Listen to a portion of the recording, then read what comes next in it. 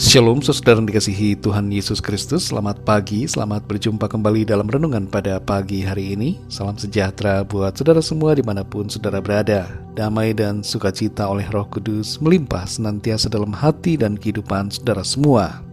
Sebelum kita mendengarkan renungan firman Tuhan, mari sama-sama kita satukan hati dan berdoa. Bapa kami yang di surga, Bapa dalam nama Tuhan Yesus Kristus, Tuhan yang sungguh sangat baik, yang senantiasa menyertai dan melindungi kami. Kami bersyukur untuk anugerah-Mu buat hari ini, hari yang baru. Kami boleh ada lagi, kami boleh hidup bernafas, semua karena kemurahan Tuhan. Pada saat ini Tuhan, kami rindu mendengarkan sabda firman-Mu. Urapi setiap kami agar kami dapat mengerti akan kehendak-Mu. Dalam nama Tuhan Yesus kami berdoa. Haleluya. Amin. Saudara yang dikasihi Tuhan, nats Alkitab kita pada saat ini terdapat dalam Injil Markus pasal yang ke-6. Saudara dapat membacanya secara pribadi setelah mendengarkan renungan ini. Saya akan membacakan Injil Markus 6 ayat 22-23. Tertulis demikian. Pada waktu itu anak perempuan Herodias tampil lalu menari, dan ia menyukakan hati Herodes dan tamu-tamunya. Raja berkata kepada gadis itu, "Minta daripadaku apa saja yang kau ingini, maka akan kuberikan kepadamu." Lalu bersumpah kepadanya, "Apa saja yang kau minta akan kuberikan kepadamu, sekalipun setengah dari kerajaanku." Saudara yang dikasihi Tuhan, para penipu yang jahat tahu bagaimana cara mempermainkan perasaan psikologis calon korbannya. Umumnya ada dua perasaan yang dimanfaatkan oleh mereka. Pertama adalah rasa takut, kedua adalah rasa senang. Ada tipe orang yang cenderung mudah diperdayai saat merasa takut. Itu sebabnya hal ini akan dipakai untuk menjebaknya. Dan ada tipe orang yang mudah ditipu, diperdayai, justru saat merasa senang. Hal ini contohnya dimanfaatkan oleh para penipu atau penjahat yang bermoduskan hadiah atau keuntungan yang jumlahnya sangat besar. Dalam pergaulan, usaha, bisnis, dan pekerjaan, terkadang hal ini juga dimanfaatkan untuk memperdayai kita. Termasuk juga dalam hal kekudusan hidup. Iblis dan orang-orang yang bermaksud jahat tahu bagaimana cara menyenangkan hati supaya kita mudah terjebak masuk ke dalam perangkap dosa. Saudara yang dikasihi Tuhan, perikop di Markus 6 ayat 14-19 ini menceritakan bagaimana terjadinya pembunuhan atas Yohanes Pembaptis. Kita membaca di sini bahwa Herodes segan terhadap Yohanes karena ia adalah orang yang benar dan suci, sehingga ia berusaha melindunginya. Istri Herodes yang bernama Herodias sangat benci terhadap Yohanes Pembaptis akibat dari tegurannya kepada Herodes bahwa tidak halal bagi Herodes untuk mengambil istri saudaranya.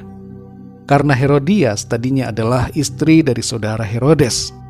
Akibat dari kebencian dan perintah istrinya, Herodes pun memenjarakan Yohanes. Tapi ia tidak mau membunuhnya. Sekalipun Herodes adalah seorang raja, tapi kita lihat di sini bahwa dia disetir oleh istrinya.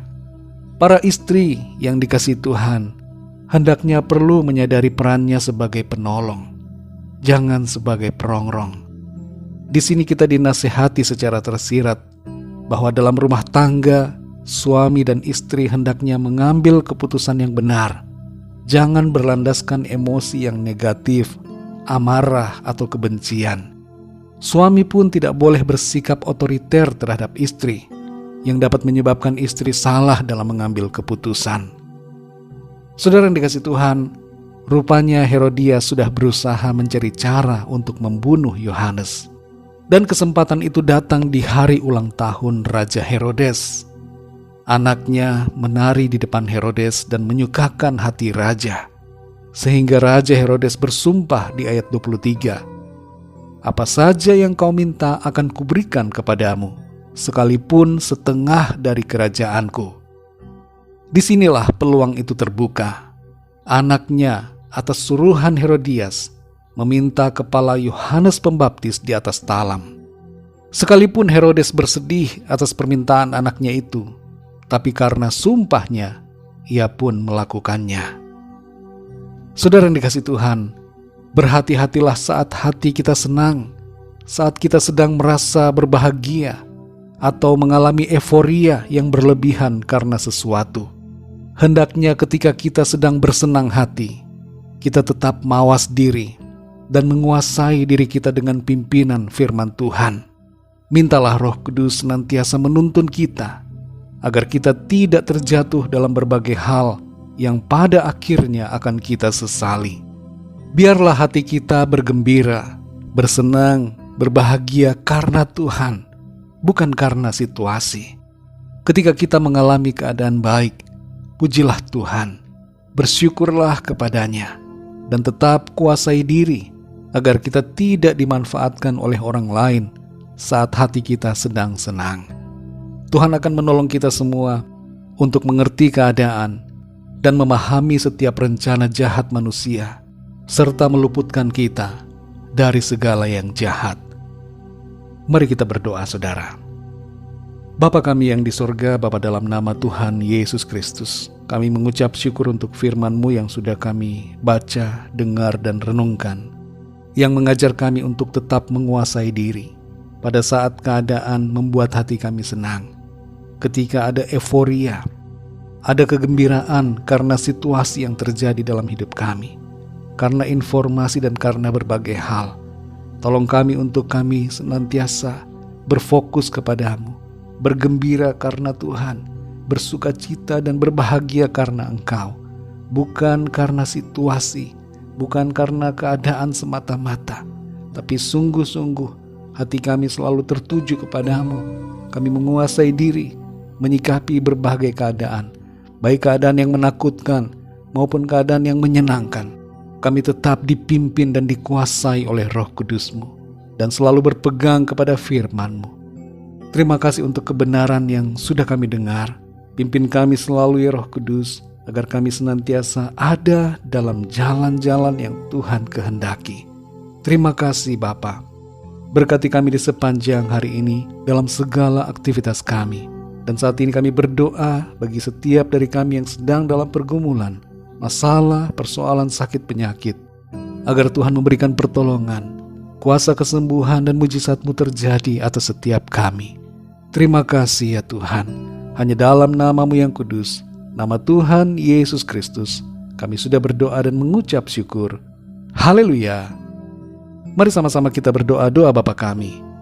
Bapa kami yang di sorga, dikuduskanlah nama-Mu, datanglah kerajaan-Mu, jadilah kehendak-Mu di bumi seperti di sorga. Berikanlah kami pada hari ini makanan kami yang secukupnya, dan ampunilah kami akan kesalahan kami, seperti kami pun mengampuni orang yang bersalah kepada kami. Dan janganlah membawa kami ke dalam pencobaan, tetapi lepaskanlah kami daripada yang jahat, karena Engkaulah yang punya kerajaan, dan kuasa dan kemuliaan sampai selama-lamanya. Amin. Terimalah berkat Tuhan. Tuhan memberkati engkau dan melindungi engkau. Tuhan menyinari engkau dengan wajah-Nya dan memberikan kasih karunia. Tuhan menghadapkan wajah-Nya kepadamu dan memberikan damai sejahtera. Berkat anugerah dari Bapa Surgawi, cinta kasih karunia dari Tuhan Yesus Kristus, dalam persekutuan dan penghiburan Roh Kudus, menyertai kita semua, sekarang ini dan sampai selama-lamanya, dalam berkat nama Tuhan Yesus Kristus. Haleluya. Amin. Puji Tuhan, saudara yang dikasihi Tuhan, saya percaya firman Tuhan menjadi berkat dan kekuatan buat saudara semua. Dan Roh Kudus akan menolong saudara untuk lebih lagi memahami kebenaran firman Tuhan. Tuhan Yesus memberkati saudara semua. Sampai jumpa dalam renungan yang berikutnya. Haleluya.